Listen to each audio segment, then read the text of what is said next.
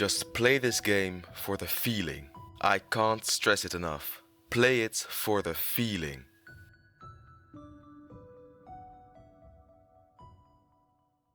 There's something about Celeste that's always stuck with me.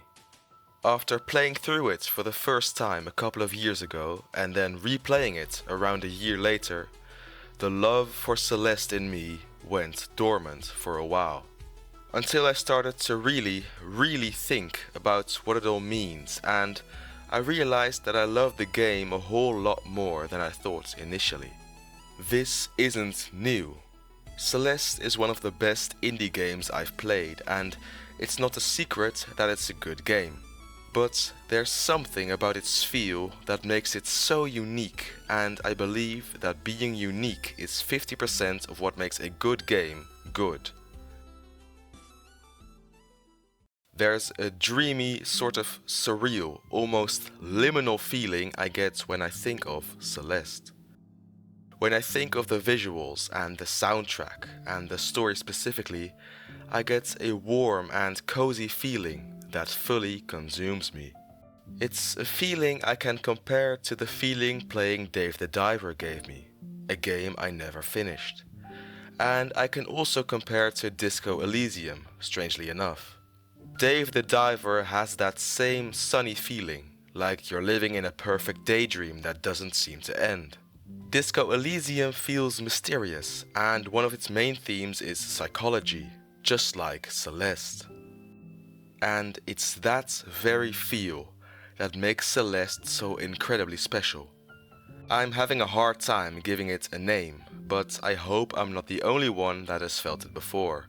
And I think that if anyone has experienced it, they will know exactly what I mean. It's a feeling you might get when you walk outside on a sunny morning and are all alone on the street. A morning where the sky is blue, the sand is white and the mountains high. And this very feeling, that I can maybe describe as absolute peace and freedom, is one I want to be consumed by forever and want to enjoy for the rest of my life at every single moment. It's what makes thinking about these games so hard, because I can't play them all day, but I want the feeling that I get from them to stay forever.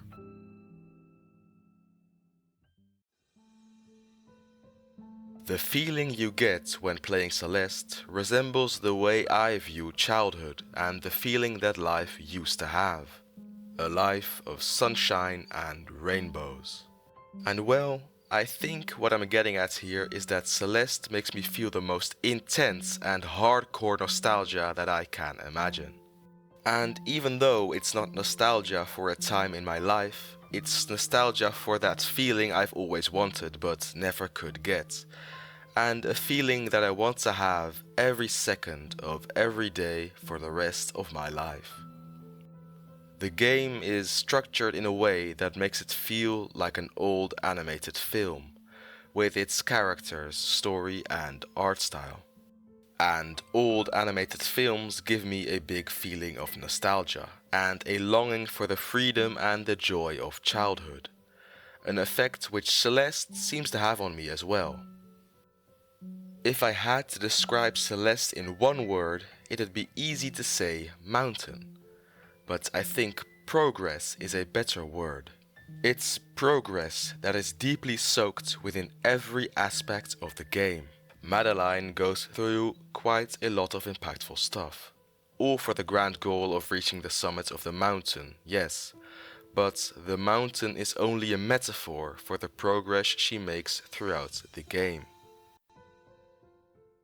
Celeste has quite a friendly art style and doesn't have extremely scary moments, but I do think another word that describes the game well is eerie. The looming mountain and the pressure of reaching the summit is something that feels eerie and stays that way throughout the game. The mountain and its levels often feel too perfect and too pretty in a bad way. And I think Madeline perfectly captures that feeling as well. She is not a textbook villain, as she is part of the protagonist and doesn't seem like a true evil being. She can be quite creepy though, her among some of the other main enemies in the game, but is never blatantly scary. The way she suddenly gets aggressive and hostile in an otherwise calm conversation makes her unpredictable and with that a little nerve-wracking. While Celeste isn't a horror game or is trying to be extremely scary, I do think it captures that genre surprisingly well, perhaps unintentionally. Psychological horror is a famous genre, and you'd have to do a lot of work to find a part of Celeste that isn't psychological. Celeste plays with the feeling of being watched and being the watcher, the feeling of wanting to kill something and realizing that thing is also yourself. It plays with the feeling of something possible feeling impossible and the effect that has on mental health. The fact that Madeline has very exaggerated emotions, including panic attacks, makes her relatable. Among other things, many people have to fight something inside themselves every single day, as Madeline does too. I think the simplicity of the style and the gameplay allows for a higher level of relatability. As is made clear, Madeline is just a girl who wanted to climb a mountain, nothing more and nothing less.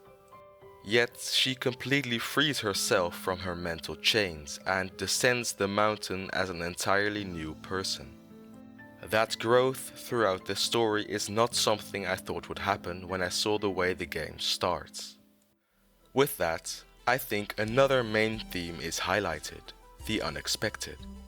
The fact that Madeline gets a very different outcome from climbing the mountain than she might have initially expected.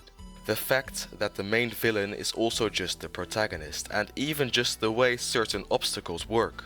I think the simple gameplay that's easy to understand makes for a great canvas to paint unexpected moments on. I felt like I was in control of what would happen throughout the game, but constantly found myself getting surprised and seeing things happen that were very unexpected, at least to me.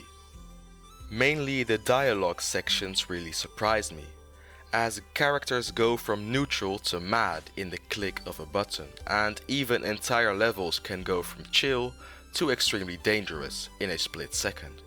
The game plays with the unexpected in such a great way that it happens often enough, but not too often to where it can be predicted.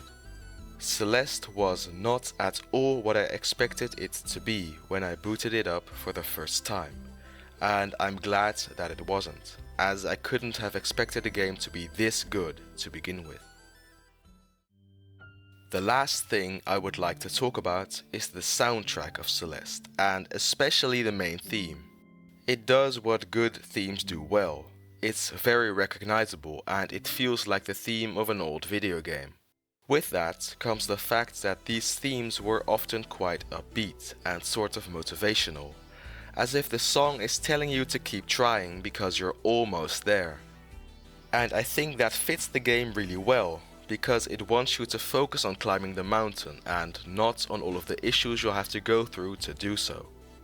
The song makes the challenge feel a little lighter, and I think the contrast between song and game, being that the song is quote-unquote happy and the game is quote-unquote sad, was a very good choice by the developers of Celeste.